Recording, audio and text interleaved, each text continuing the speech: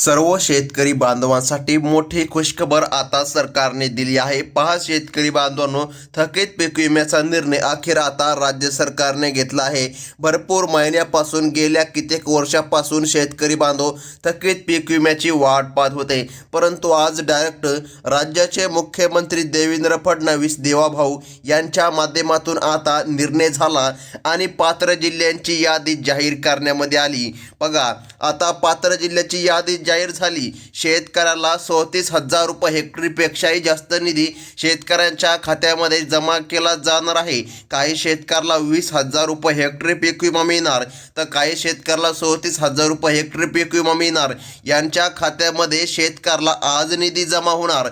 पहा शेतकरी बांधवांनो, तुम्ही जी काय प्रतीक्षा केली होती पीक विमा कधी मिळणार, तर आता सरकारने स्पष्टपणे यादी जाहीर केलेली आहे। पहा, या यादीमध्ये तुमचं नाव येतं का नाही एकदा चेक करा। जर यादीमध्ये तुमचं नाव येत असेल तर सरकारच्या माध्यमातून आज तुमच्या खात्यामध्ये 100% अशी रक्कम जमा करण्यामध्ये येणार आहे। गेल्या कित्येक वर्षापासून शेतकऱ्यांनी वाट पाहिली होती की आम्हाला पीक विमा कधी मिळणार। अखेर आता मुख्यमंत्री देवेंद्र फडणवीस यांच्या माध्यमातून निर्णय झाला आणि शेतकरी बांधवांच्या खात्यामध्ये आज थकीत पीक विमा जमा व्हायला सुरुवात होत आहे। तर शेतकरी बांधवांनो, बघा, सरकारने स्पष्टपणे सांगितलं आहे आज फक्त 12 जिल्ह्यामध्ये पीक विमा जमा होणार। तर ते 12 जिल्हे कोणते आहे? ज्या 12 जिल्ह्यामध्ये पीक विमा जमा होणार त्यासोबत राज्याचे मुख्यमंत्री देवेंद्र फडणवीस काय म्हणले आहे, चला तर अगदी एका मिनिटामध्ये पाहून घेऊया। तर बघा शेतकरी बांधवांनो, मुख्यमंत्री देवेंद्र फडणवीस यांनी राज्यातील सर्व शेतकऱ्यांसाठी अत्यंत महत्त्वाचा निर्णय घेत पीक विमा भरपाईचे तात्काळ वितरण सुरू करण्याचे आदेश आज दिले आहेत। अनेक महिन्यांपासून थांबलेली रक्कम जमा न झाल्यामुळे शेतकरी वर्गामध्ये चिंता वाढली होती, परंतु आता राज्याचे मुख्यमंत्री देवेंद्र फडणवीस साहेब व उपमुख्यमंत्री एकनाथजी शिंदे यांच्या माध्यमातून निर्णय घेण्यामध्ये आला आणि पीक विमा शेतकरी बांधवांच्या खात्यामध्ये जमा देखील होत आहे। बघा, सरकारने तात्पुरते वितरण प्रक्रिया गती देण्याचा निर्णय घेतला आहे। म्हणजे की बघा, मागं जे काय वितरण थांबलं होतं ते खूप महिन्यापासून या ठिकाणी वितरण थांबलं होतं, परंतु आता पुन्हा वितरण सुरू होत आहे। मागे 25% शेतकऱ्याला पीक विमा भेटला आहे, परंतु 75 शेतकरी अजून पण वंचित राहिलेले आहे। त्या शेतकरी बांधवांसाठी सरकारने आज मोठा निर्णय सध्या घेतलेला आहे। बघा, सर्व तांत्रिक अडथळे सरकारने दूर करून डीबीटी प्रणाली पुन्हा योगाने कार्यरत करण्यामध्ये आली आहे आणि त्यामुळे बघा शेतकरी बांधवांनो, सरकारने सांगितलं आहे पहिल्या टप्प्यामधील निधी आजपासून थेट शेतकरी बांधवांच्या खात्यामध्ये जमा होऊ लागला आहे। आता शेतकरी बांधवांनो, बघा, तुम्ही म्हणणार पहिला टप्पा तर मिळाला, हो, तो पहिला टप्पा नव्हता, तो 25% अग्रिम होता, त्यालाच काही शेतकरी पहिला टप्पा म्हणत होते। आता सरकारने दुसरा टप्पा, आपण म्हणूया दुसऱ्या टप्प्याचं वितरण केलंय, परंतु त्यामध्ये पण टप्प्याटप्प्याने पुन्हा वितरण सुरू केलेलं आहे। म्हणजे की आज 12 जिल्हे, परवा 12 जिल्हे आणि त्याच्या परवा पुन्हा 12 जिल्हे असं टप्प्याटप्प्याने वितरण सरकारच्या माध्यमातून आता झालं आहे। आजच्या 12 जिल्ह्यामध्ये तुमचं नाव आहे का नाही एकदा चेक करून घ्या।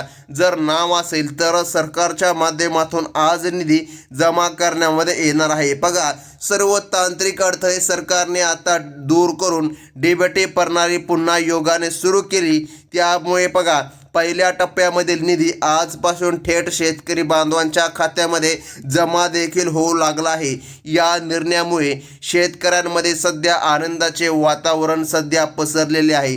पहा शेतकरी बांधवांनो, अतिवृष्टी, गारपीट व ढगफुटीने प्रभावी भागामध्ये शेतकऱ्यांना मोठा श्वास आता मिळणार आहे।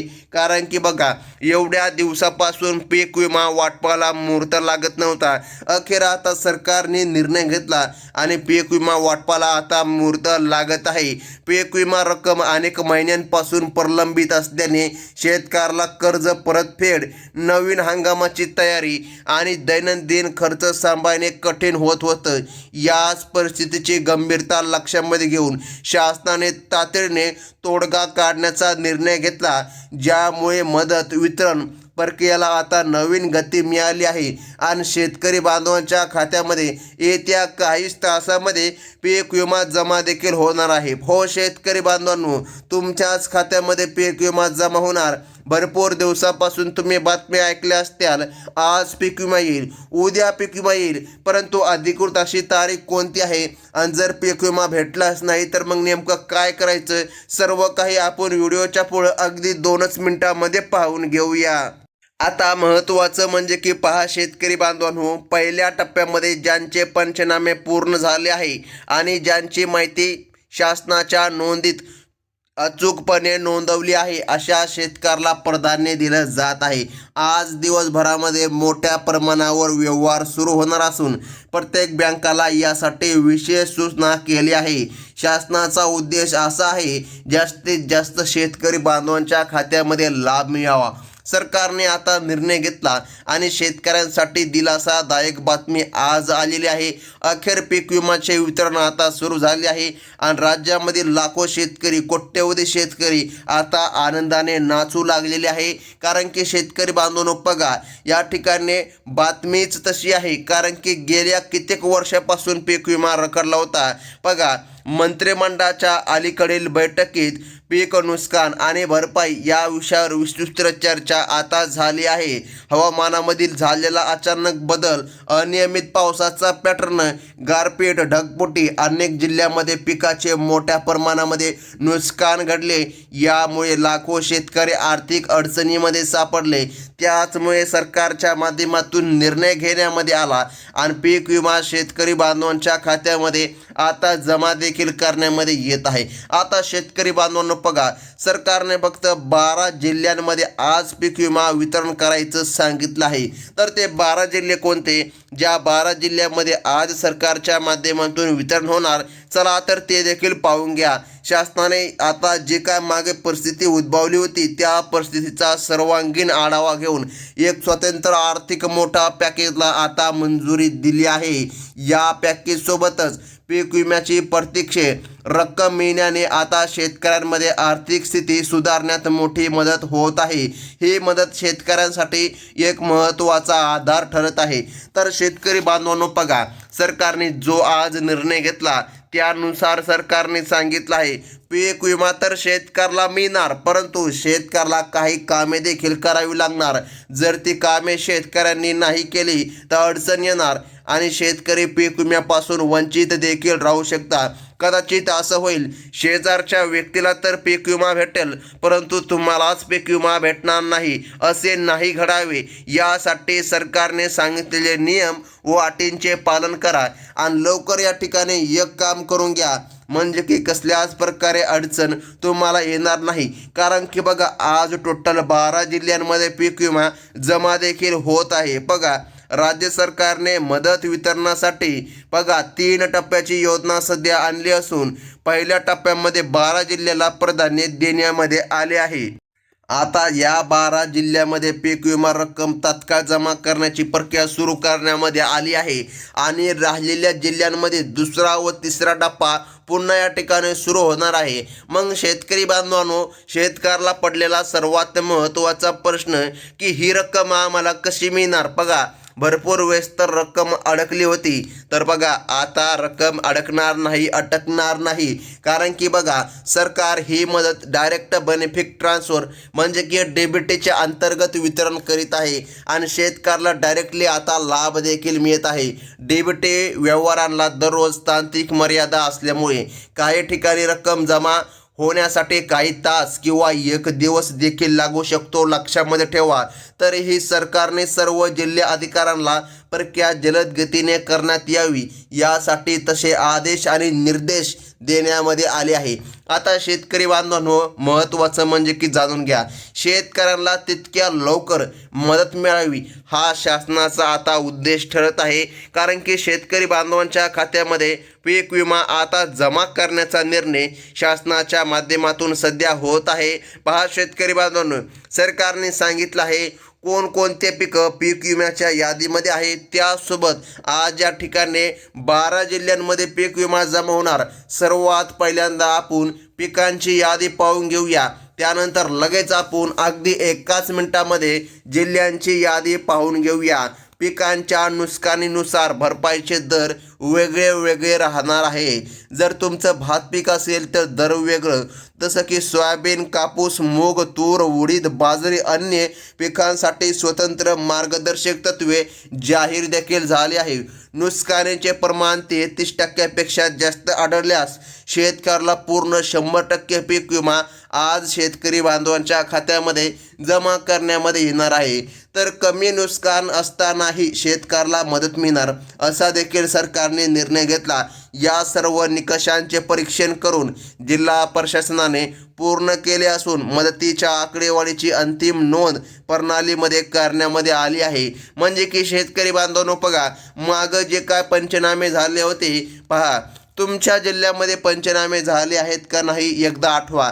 जर पंचनामे झाले असतील तर आज 100% रक्कम तुमच्याच खात्यामध्ये येणार आहे. सरकार, देवाभाऊ मुख्यमंत्री देवेंद्र फडणवीस व देशाचे पंतप्रधान यांनी निधीला मंजुरी दिली आहे. यांनी निधी पोस्ट केला आहे आणि तो आज राज्य सरकारच्या माध्यमातून वितरित केला जात आहे. आता शेतकरी बांधवांनो, बघा सरकारने सांगितलं आहे भात पिकाच्या नुकसानीचा राज्य सरकारने विशेष उल्लेख सध्या केला आहे. काही भागामध्ये पावसाच्या जोरदार तडक्यामुळे भात शेती उद्ध्वस्त झाली आहे. त्यामुळे भात उत्पादकांना सर्वाधिक मदत देण्याचा निर्णय सध्या सरकारने घेतला आहे. सोयाबीन आणि कापूस उत्पादक शेतकऱ्यांनाही मोठा लाभ आता देण्यामध्ये येत आहे. बघा दोन्ही सरकार, राज्य आणि केंद्र दोन्ही सरकारच्या माध्यमातून मिळणारी एकत्रित मदत मोठा आधार आता ठरत आहे. तूर, मूग आणि उडीद या कडधान्याच्या उत्पन्नावरही बघा आता या ठिकाणी मोठा परिणाम झाल्याने विशेष हिसाब करून निधी वाटप करण्याचे आदेश सरकारच्या माध्यमातून देण्यामध्ये आले आहे. तर मग शेतकरी बांधवांनो, सर्वात महत्त्वाचं म्हणजे की पाहून घ्या, सरकारने सांगितलं आहे नुकसानग्रस्त भागांमध्ये विशेषतः विदर्भ आणि उत्तर महाराष्ट्रात पिकांचे मोठे नुकसान झाल्याचे अहवाल स्पष्ट दिसते. त्यामुळे पहिल्या टप्प्यामधील जिल्ह्यांमध्ये या भागांना अग्रक्रम देण्यामध्ये आला आहे. कोकण आणि पश्चिम महाराष्ट्रामधील काही जिल्ह्यांमध्ये भात आणि कडधान्य पिकांचे मोठे नुकसान झालेले त्यांनी या यादीमध्ये समाविष्ट या ठिकाणी आहेत की नाही तपासा. बघा सरकारने सांगितलं आहे की या ठिकाणी ते देखील शेतकरी यादीमध्ये समाविष्ट झाले आहे. जिल्हाधिकाऱ्यांना 24 तासाच्या आतमध्ये बघा मॉनिटरिंग करण्याचे आदेश देण्यामध्ये आले आहे. आता शेतकऱ्याला चिंता करण्याची गरज नाही. पीक विमा तर जमा होणार, परंतु पीक विमा आज फक्त या 12च जिल्ह्यामध्ये जमा करण्यामध्ये येणार. आता तुम्ही पाहू शकता कोणकोणते 12 जिल्हे आहे. अगदी आपण एका मिनिटामध्ये ते जिल्हे पाहून घेऊया. बघा सरकारच्या माध्यमातून प्रक्रिया सुरळीत पार पडावी यासाठी राज्य सरकारने बँक अधिकाऱ्याशी संवाद वाढवला आहे. जेथे नेटवर्क अडचणी आहे तिथे विशेष टीम पाठवून तांत्रिक समस्या सोडवण्यास सांगितले आहे. काही जिल्ह्यांमध्ये मोठ्या प्रमाणावर शेतकऱ्यांची गर्दी होऊ नये म्हणून आता बँकांना शाखा व अतिरिक्त काउंटर उघडून दिली आहे आणि त्यांना तशा प्रकारे आदेश दिले आहे. या सर्व उपाययोजनामुळे निधी शेतकऱ्यांच्या खात्यामध्ये आता वेळेवर पोचत आहे. त्यामुळे शेतकऱ्याला आता आर्थिक दिलासा मिळत आहे. आता महत्त्वाचं म्हणजे 12 जिल्ह्यांची यादी. कोणकोणते 12 जिल्हे आहे, ज्या 12 जिल्ह्यामध्ये सरकारच्या माध्यमातून वितरण होत आहे आणि ज्या 12 जिल्ह्यामध्ये आज निधी जमा होत आहे. चला तर शेतकरी बांधवांनो, अगदी एका मिनिटामध्ये आपण यादी पाहून घेत आहोत. बघा जिल्ह्यांची यादी तुमच्या समोर आहे स्क्रीनवर. बघा या जिल्ह्यांच्या यादीमध्ये ज्या शेतकऱ्यांच्या जिल्ह्यांचं नाव येईल त्या शेतकरी बांधवांना सरकारच्या माध्यमातून मोठा निधी आता जमा करण्यामध्ये येत आहे. पहा पुणे या भागामध्ये अतिवृष्टी, सोयाबीन व बाजरी पिकाचे मोठे नुकसान झाले. बघा पुणे जिल्हा जो का आहे त्याचा प्रथम क्रमांक आहे. त्यानंतर अहमदनगर. बघा वारंवार बदलत्या हवामानामुळे द्राक्ष बाग आणि शेती पीक उद्ध्वस्त झाली होती. यामुळे आता शेतकऱ्याला लाभ मिळणार. त्यानंतर तिसऱ्या क्रमांकाचा जिल्हा येतोय तो म्हणजे की नाशिक. बघा नाशिकमधील गारपिटीमुळे द्राक्षे, कांदा आणि भाजीपाला पिकांचे मोठे हानी झाली. आता त्यानंतर 4 क्रमांकाचा जिल्हा आहे तो म्हणजे की सातारामध्ये ढगफुटी आणि मुसळधार पावसामुळे अनेक तालुक्यांमध्ये पिके वाहून गेली. त्यानंतर बघा सांगली हा 5 क्रमांकाचा जिल्हा आहे. सांगलीमध्ये कृष्णा नदीकाठच्या परिसरात पूर परिस्थिती निर्माण होऊन पहा या ठिकाणी शेती ऊस या ठिकाणी उद्ध्वस्त झाले. यामुळे आता शेतकऱ्याला मोठा लाभ सरकारच्या माध्यमातून देण्याचा निर्णय सरकारने घेतला आहे. आता पुढील जिल्हा अत्यंत महत्त्वाचा आहे शेतकरी बांधवांनो. बघा सरकारने सांगितलं आहे कोल्हापूर. आता जो कोल्हापूर 6 क्रमांकाचा जिल्हा आहे. सोलापूरमध्ये मुसळधार पावसामुळे भात शेतीला मोठे नुकसान सहन करावे लागले. बघा या भागामध्ये देखील सरकारच्या माध्यमातून पीक विमा देण्यामध्ये येत आहे. आता शेतकरी बांधवांनो बघा 7व्या क्रमांकाचा जिल्हा येतोय तो म्हणजे की सोलापूरमध्ये दुष्काळी परिस्थितीमुळे बाजरी आणि ज्वारी पिकांवर प्रतिकूल परिणाम दिसून आला. पहा या भागामध्ये निधी मिळणार. त्यासोबत धुळे जिल्हा अनियमित पावसामुळे कपाशी आणि मका पिके बाधित झाली. बघा कपाशीला सर्वात जास्त निधी सरकारने सांगितला आहे. ज्या पण शेतकऱ्याचे कपाशी पिकाचे नुकसान झाले असेल अशा शेतकरी बांधवांच्या खात्यामध्ये मोठी रक्कम जमा करण्याचे आदेश सरकारने दिले आहे. आता बघा शेतकरी बांधवांनो यादी अत्यंत महत्त्वाची आहे. परंतु बघा सरकारने सांगितलं आहे बँकांची देखील यादी सरकारने दिली आहे. पहा मोजक्याच बँकांमध्ये आज हा निधी जमा करण्यामध्ये येणार आहे. बघा आता या ठिकाणी आपण जिल्ह्यांची यादी पाहिल्यानंतर अगदी काही सेकंदामध्ये बँकांची देखील यादी पाहून घेऊया. बघा 9वा जिल्हा येतोय तो म्हणजे की जळगाव. केळी व कापूस लागवडीला वादळी वाऱ्याचा तडका बसला होता. आता 10वा क्रमांकाचा जिल्हा आहे तो म्हणजे की परभणी. सतत पडणाऱ्या पावसामुळे तूर आणि सोयाबीन पिकं बाधित झाली, नुकसान झाले. 11व्या क्रमांकाचा जिल्हा आहे उस्मानाबाद. कोरड्या हवामानामुळे हरभरा आणि ज्वारी उत्पादक शेतकऱ्याला मोठी घट पाहायला मिळाली. त्यानंतर बघा 12व्या क्रमांकाचा जिल्हा आहे शेवटचा तो म्हणजे की लातूर. पावसामधील तफावतीमुळे शेतकऱ्याला तूर व मका पिकामध्ये आर्थिक फटका देखील बसला होता. यामुळे शेतकरी बांधवांच्या खात्यामध्ये आता पीक विमा जमा करण्यामध्ये येत आहे. शेतकरी बांधवांनो बघा अत्यंत महत्त्वाची बातमी आहे. सरकारने आता सांगितले आहे शेतकऱ्यांच्या खात्यामध्ये निधी जमा करण्यासाठी सहभागी बँकांची यादी आता जाहीर केली असून सर्व बँकांना व्यवहार क्षमता वाढविण्याच्या स्पष्ट सूचना देण्यामध्ये आल्या आहे. आता कोणकोणत्या बँकांमध्ये हा पीक विमा जमा करण्यामध्ये येणार एकदा लक्ष देऊन नक्की बघा. आता प्रथम बँक आहे SBI जिला की स्टेट बँक ऑफ इंडिया देखील म्हणतात.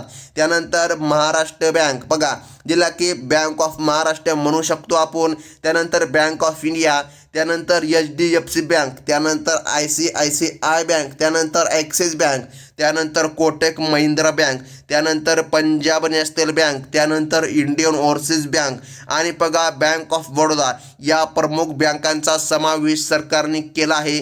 या भागामधील शेतकरी बांधवांच्या खात्यामध्ये आज मोठ्या प्रमाणामध्ये व्यवहार सुरू राहणार आहे. आता शेतकरी बांधवांनो बघा सरकारने तर या ठिकाणी बँकांची व जिल्ह्यांची यादी सांगितली. परंतु बघा तुम्हाला काही कामे करून घ्यावं लागणार तरच तुमच्या खात्यामध्ये निधी जमा होणार, अन्यथा निधी अडकणार. आता सरकारने काय करायचे सांगितलं आहे लक्ष देऊन बघा.